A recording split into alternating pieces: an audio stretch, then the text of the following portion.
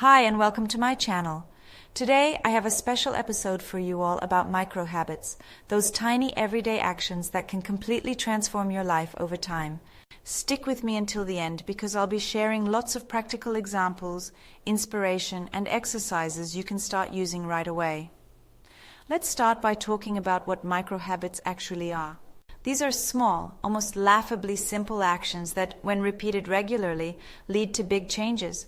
Imagine doing just one small thing every day, like drinking a glass of water right after you wake up, stretching for a minute, or writing down a single sentence of gratitude in your notebook. These aren't big resolutions that demand tons of motivation.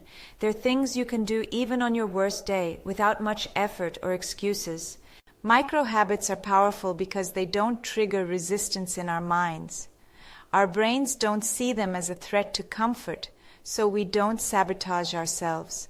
Every time you complete a micro habit, it's a small win that builds your sense of agency and motivates you to take the next step. Over time, these tiny actions snowball. 1 minute of stretching can become a regular workout, and a single sentence of gratitude can turn into a daily ritual that lifts your mood. It's worth knowing that the idea of micro habits comes from research on habit psychology and behavior change. Professor B.J. Fogg from Stanford, author of Tiny Habits, showed that starting with very small changes makes it much easier to overcome resistance and build lasting habits. James Clear, in his book Atomic Habits, says the same thing. Micro habits are the key to lasting change and success. Every habit has 3 parts: a cue, which is something that triggers the habit, the action itself, and a reward, the positive feeling you get after doing the habit. Micro habits work so well because they're easy to connect to existing cues, and it's easy to reward yourself, even with a small bit of self-praise. Let's get practical. Think about which area of your life you'd like to improve. Maybe it's your health, personal growth, work, relationships, or finances. Choose a habit that feels ridiculously easy, something you literally can't not do. For health, you might start with drinking a glass of water after you wake up, doing 5 squats while brushing your teeth, going to bed 5 minutes earlier, or stretching for 30 seconds after getting out of bed.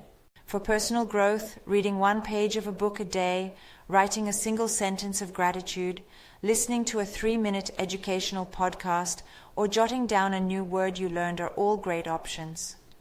At work, you could tidy your desk for 2 minutes each day. Write down your most important task for tomorrow. Only check your email at a set time. Organize your computer desktop before leaving work. Or spend a minute planning your day in the morning. In relationships, you might send a thank you or kind message to someone, spend 2 minutes really listening to a loved one, smile at someone you pass at work or on the street, or say something nice to a loved one every day. For finances, you could write down 1 expense each day, put aside a symbolic amount of money in a jar, or spend a minute checking your account balance. When choosing your micro habit, ask yourself, can I do this even on my worst day? If the answer is yes, you found a great starting point. Now decide on a specific moment or cue that will trigger your micro habit, like after breakfast, before bed, or when you get home. Set a reminder, maybe an alarm on your phone or a note somewhere you'll see it. The best way is to attach your micro habit to an existing routine, like stretching after brushing your teeth. Don't forget to reward yourself for being consistent.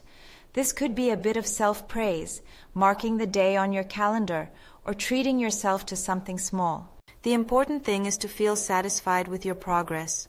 Remember, micro habits need time to become automatic.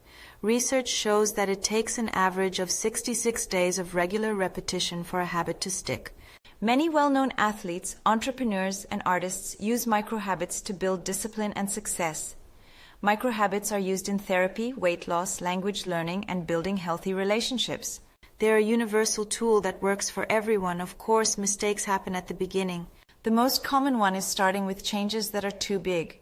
Your micro-habits should really be small. Don't expect instant results. Micro-habits work over the long term.